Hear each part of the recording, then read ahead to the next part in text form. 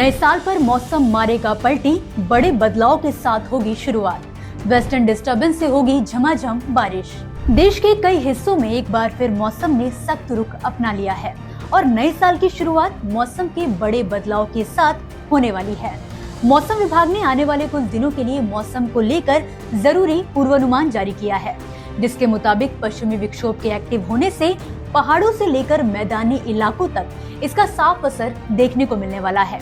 तो चलिए आपको विस्तार से बताते हैं कि नए साल की शुरुआत के साथ मौसम को लेकर क्या बड़ा बदलाव आने वाला है। मौसम विभाग के अनुसार जम्मू कश्मीर, लद्दाख, गिलगित बाल्टिस्तान और मुजफ्फराबाद में 1 जनवरी तक भारी बारिश और बर्फबारी की चेतावनी जारी की गई है। इन इलाकों में भूस्खलन, सड़कों के बंद होने और हवाई सेवाओं पर असर पड़ने की भी आशंका जताई गई है। हिमाचल प्रदेश और उत्तराखंड में भी 2 जनवरी तक हल्की से मध्यम बारिश और बर्फबारी हो सकती है, जिससे ठंड और ज्यादा बढ़ जाएगी। मैदानी इलाकों की बात करें तो पंजाब, हरियाणा, चंडीगढ़ और पश्चिमी उत्तर प्रदेश में 1 जनवरी तक घने से बहुत घने कोहरे का अलर्ट जारी किया गया है। वहीं पूर्वी उत्तर प्रदेश और उड़ीसा में 2 जनवरी तक विजिबिलिटी बेहद कम रह सकती है।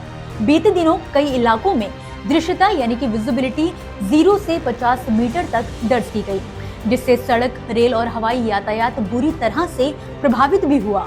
अमृतसर, लुधियाना, आगरा, प्रयागराज और ग्वालियर जैसे बड़े शहरों में सुबह के समय हालात काफी खराब रहे।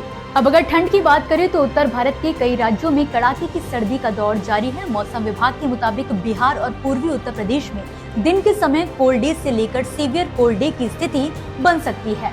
मध्य प्रदेश, झारखंड, छत्तीसगढ़ और उत्तराखंड के कुछ हिस्सों में भी शीतलहर का असर देखने को मिल रहा है। बीते दिन मैदानी भारत में सबसे कम न्यूनतम तापमान मध्य प्रदेश के नौगांव में 3 डिग्री सेल्सियस रिकॉर्ड किया गया। वहीं तापमान के रुझानों को देखें तो उत्तर पश्चिमी भारत में अगले 2 दिनों के दौरान न्यूनतम तापमान में 3 से 4 डिग्री की बढ़ोतरी हो सकती है, लेकिन इसके बाद फिर से गिरावट आने के संकेत हैं। मध्य भारत में तापमान धीरे धीरे 2 से 3 डिग्री तक बढ़ सकता है।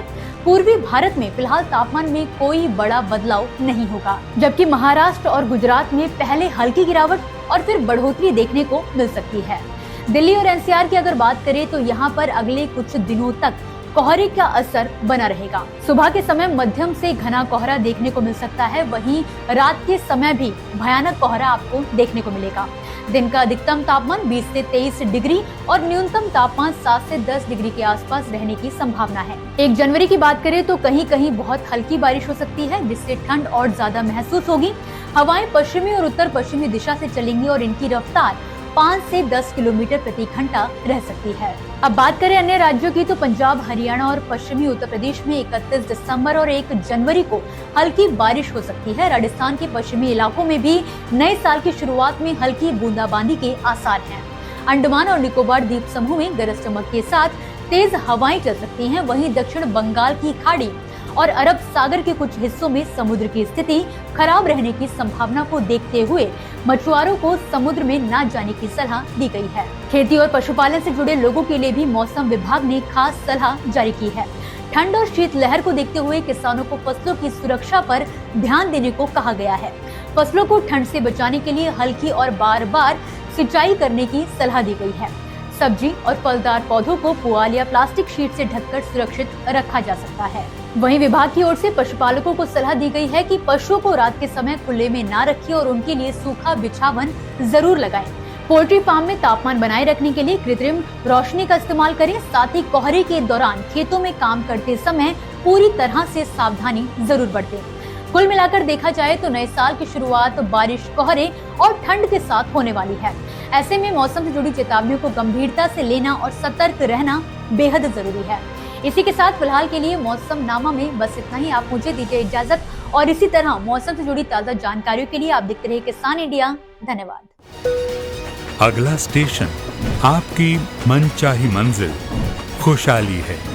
खुशहाली के दरवाजे चारों ओर से खुले रहेंगे।